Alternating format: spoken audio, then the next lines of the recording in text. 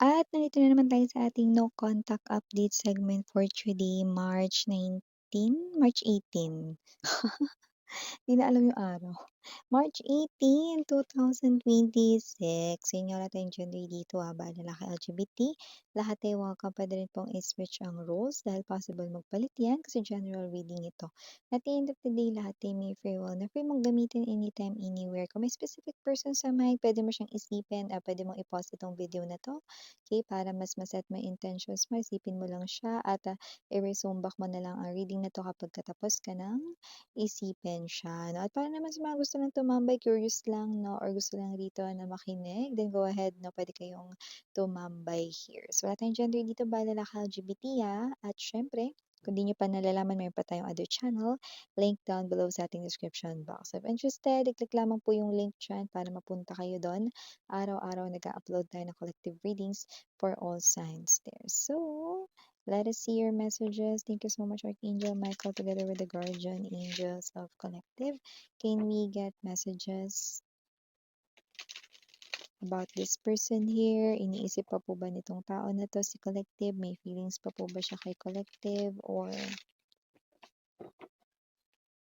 may plano po ba siya kahit na anong related kay collective? Can you please show me?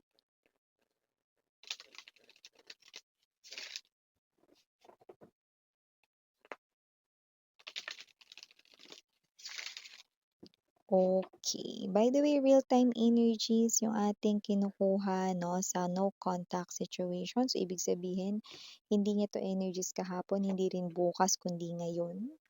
Hierophant energy, Magician, King of Cups, Seven of Wands.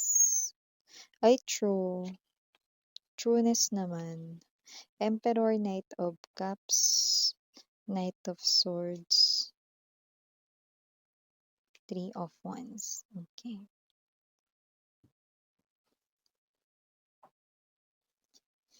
This is your ex right in here na nakikita ko 'no, na nagpa-process siya rito 'no, sa kanyang emotions more likely.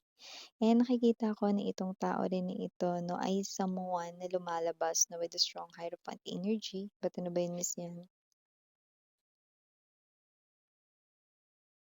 Okay, accompanied by the Seven of Wands. Ibig sabihin itong tao na 'to 'no, ay hindi na rito itatago 'no, na siya'y nasasaktan dito sa iyong paglayo 'no. Aaminin niya sa inyo dito na nasasaktan siya rito 'no, dahil baka sakaling maawa ka raw sa kanya at bumalik ka sa piling niya. Ay, go. Kaya kung sino man 'tong energy na 'to na from the Knight of Cups moving towards the King of Cups, definitely an energy right in here of someone 'no, na nakikita ko na meron talaga dito na parang yung kanyang emotions 'no, yung feelings niya dito 'no, sa inyo.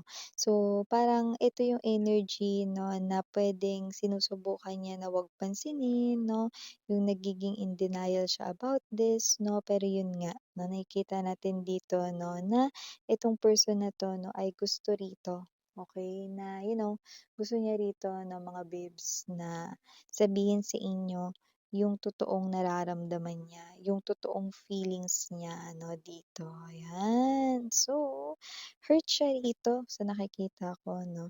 Nakikita ko rito 'no, na may mga parang mga importante pa naman siyang mga kailangan asikasuhin ngayon. May mga ganap siya sa life niya pero hindi siya makapag-focus dun. Hindi naman niya sinisisi yun sa'yo 'no, pero ikaw talaga yung nakikita ko ritong main reason kung ba't hindi siya makapag-focus, 'no. So, in other words, excuse me, maaaring meron siya ditong importanteng lakad or importanteng kailangang gawin sa work, excuse me, or meron siya ditong see, nagre-react yung ating throat chakra 'no. Because the reason why, okay, this person here ay preparing na yung parang mic test, preparing na rito 'no, to tell this to you in person 'no, na nasasaktan siya rito so that baka sakaling 'pag nalaman mo, baka sakaling kaawaan mo siya. Kasi this person here wants this Lover's energy wants you back into his or her arms again, 'no? Wants you back in his or her life, yun, 'no? At nakikita natin dito na kung sino man 'tong energy na 'to, lumalabas dito, 'no? Na ito yung klase ng energy na hinihintay rito, 'no, na makakuha ng positibong sagot sa inyo. Lalo na kung yung iba sa inyo paulit-ulit niyo siya ritong tinatanggihan, paulit-ulit niyong sinasabi yung no sa kanya or paulit-ulit niyo siyang nire-reject, ganyan, 'no. Waiting siya rito with the Three of Wands energy. This person here na naiinis siya kasi parang, alam mo yung sa lahat ng oras 'no, na magkakaganito siya, bakit dito pa sa time na ang dami niyang ginagawa? So, nakita ko rito ano, na nag-iisip yung person mo rito kung ano ibibigay sa'yo, peace offering 'no. Alam niya naman na hindi lang yun yung kailangan niyang gawin dapat 'no, at alam niya rin na hindi niya kayo makukuha sa gano'n na paraan lang 'no. Kaya itong tao na 'to ay, nag-iisip dito 'no, kung ano ang kanyang kailangang gawin 'no, with the magician energy. Gano'n pa man, lumalabas rin dito 'no, na ang dami rin kasi ritong mga tao na parang sinasadya na puntahan siya 'no, talagang, mga tao dito na talagang marami siyang kausap ngayon. 'Yun nga yung mga ganap niya sa life 'no, maaaring related sa trabaho 'no, mga connection sa work 'no, or sa personal niya ritong pagganap sa life 'no, pero 'yun nga 'no, none of them yung makakatulong sa kanya sa love life or sa connection with you. See? See how desperate 'no, yet determined ang person na 'to 'no, na bawiin kayo. The Hierophant, puwedeng kasal kayo ng taong ito, puwede rin namang hindi, pero super committed kayo sa kanya way back then. Lumabas din dito 'no, na itong tao na 'to 'no, ay posibleng dati may times na prinotektahan niyo siya or kung hindi prinotektahan, you save him or her from something. Puwedeng you save him or her from utang or debt 'no, or you save him or her 'no, sa humiliation, na may mga gano'n. May mga times na sinave niyo siya rito 'no. Iba yung simple na puwedeng kunwari 'no, may report or may whatever 'no, hinabol mo yung USB or dinala mo rito yung reports niya, mga gano'n. Puwedeng gano'n yung ibang situation. Basta there's something about save or protection na ginawa ka sa taong ito way back then. And also nakakita rin tayo rito ng energy 'no, na etong person na 'to 'no, ay yung person na nandun na siya sa point ng kanyang life 'no, na parang gusto niya na rito na mag-settle down. At gusto niya mag-settle down dito 'no, with none other than you, no one else, okey? No one else but you, okey? So, nakikita natin dito na meron siya ritong mga actions na gusto ritong i-take 'no, na may kinalaman sa pagmo-move, ah, forward papunta sa inyo, okey? Pero hindi niya ngayon magawa-gawa ngayon kasi everytime na ginagawa niya yung pagmo-move forward sa'yo, marami yung chance na uma-atras ka or marami yung times na uma-atras ka sa tuwing lumalapit siya, 'yan. O kaya kung sino man 'tong energy na 'to, okey, parang yung energy niya rito hopeless and helpless, 'yan. Kasi nakikita ko rito 'no, na parang may mga tao sa paligid niya na, "Oh, si collective pa rin, naku kalimutan mo na 'yan pre." 'Yan. May mga tao kasi sa paligid niya rito 'no, na puwedeng busy rin sa kani-kanilang mga life 'no, na kung makapagbigay na lang rito ng advice ay super short at napakatipid. Yung parang akala mo laging nagmamadali. So, nakita ko dito ano na excuse me, nakita ko dito na yung mga tao sa paligid niya ay posibleng, kung ano na lang yung maisip, kahit hindi na masyadong pinag-isipan yung advice 'no, yun. Kaya nakikita ko rito mas lalo siya ditong feeling down, kasi gusto niya nga rito na magkaroon ng magandang outcome with the Knight of Swords energy 'no, pero hindi nga yan nangyayari-yari kasi nga, nagkokontra 'no, yung gusto niya rito mangyari 'no, maaaring kontra sa gusto mong mangyari. At nakikita ko rin dito 'no, na itong person na 'to 'no, ay may posibilidad na yung iba sa kanila nagpahinga lang ngayon, like hindi ka nila kinukulit, wala silang pinapadalang mensahe ngayon sa'yo 'no, pero babalik ulit 'yan 'no, after lang ng mga ilang linggo. okey? Yung iba nga dito next week lang, eh. Magme-message na 'yan ulit sa'yo, okey? Antay-antayin mo lang, abang-abang ka lang diyan, 'yan 'no. Pero nakikita ko rito na puwedeng hindi mo na rin inaabangan. Kasi nakita ko rito na parang ang tagal ko naman na siyang inabangan, Miss 'yan, eh. Tapos na ako dun, parang tapos na ako dun sa era ng pag-aabang, 'yan 'no. So whatever the case may be, ganun po talaga yun, okey? Yung taong gustong-gusto mo, hindi ka gusto or hindi umaayon sa gusto mo yung nangyayari. Tapos kapagka ayaw mo na sa kanya, siya naman 'to habol-habol. Gano'n na gano'n nga yung sitwasyon ninyo 'no.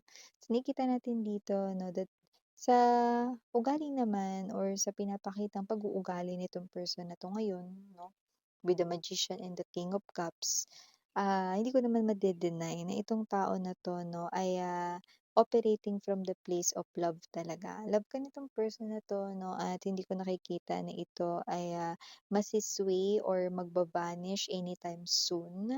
Actually, baka nga mahirapan pa siyang i-cut off 'tong feelings mo rito sa'yo 'no, kasi nakita ko rito yung iba sa inyo with the lovers dito, possible na talagang pumasok na kayo sa higher level of commitment with someone. Kaya kung may boyfriend-girlfriend kayo ngayon, maaaring ikasal kayo sa tao na 'yan or kung wala pa kayong boyfriend-girlfriend 'no, maaaring magkaroon na kayo nun 'no at pumasok na kayo sa isang mas malalim na relationship na mas mahihirapan siyang i-cut off ka or i-cut off yung feelings niya sa'yo, 'yan.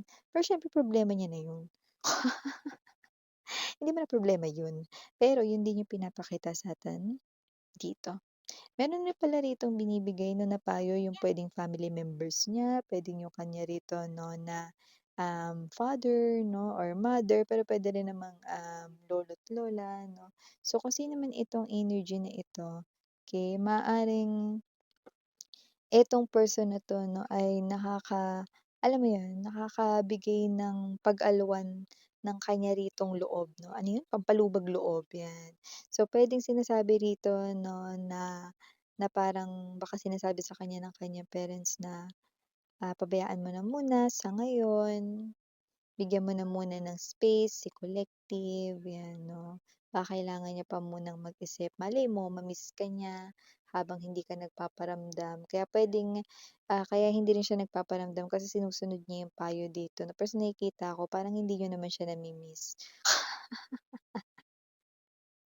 sa nakikita ko dito. Kasi yung mga nahagip kong energies parang mga wala kayo masyadong pakialam na, yung nakikita ko dito lalo na yung mga may ibang kausap na diyan, yun 'no. Pero ito nga 'yan 'no, nakikita ko rito na this person here will pick it up 'no. Sasabihin niya sa inyo rito 'no, na nasasaktan siya sa inyong paglayo baka sakaling maawa ka kasi, 'yan.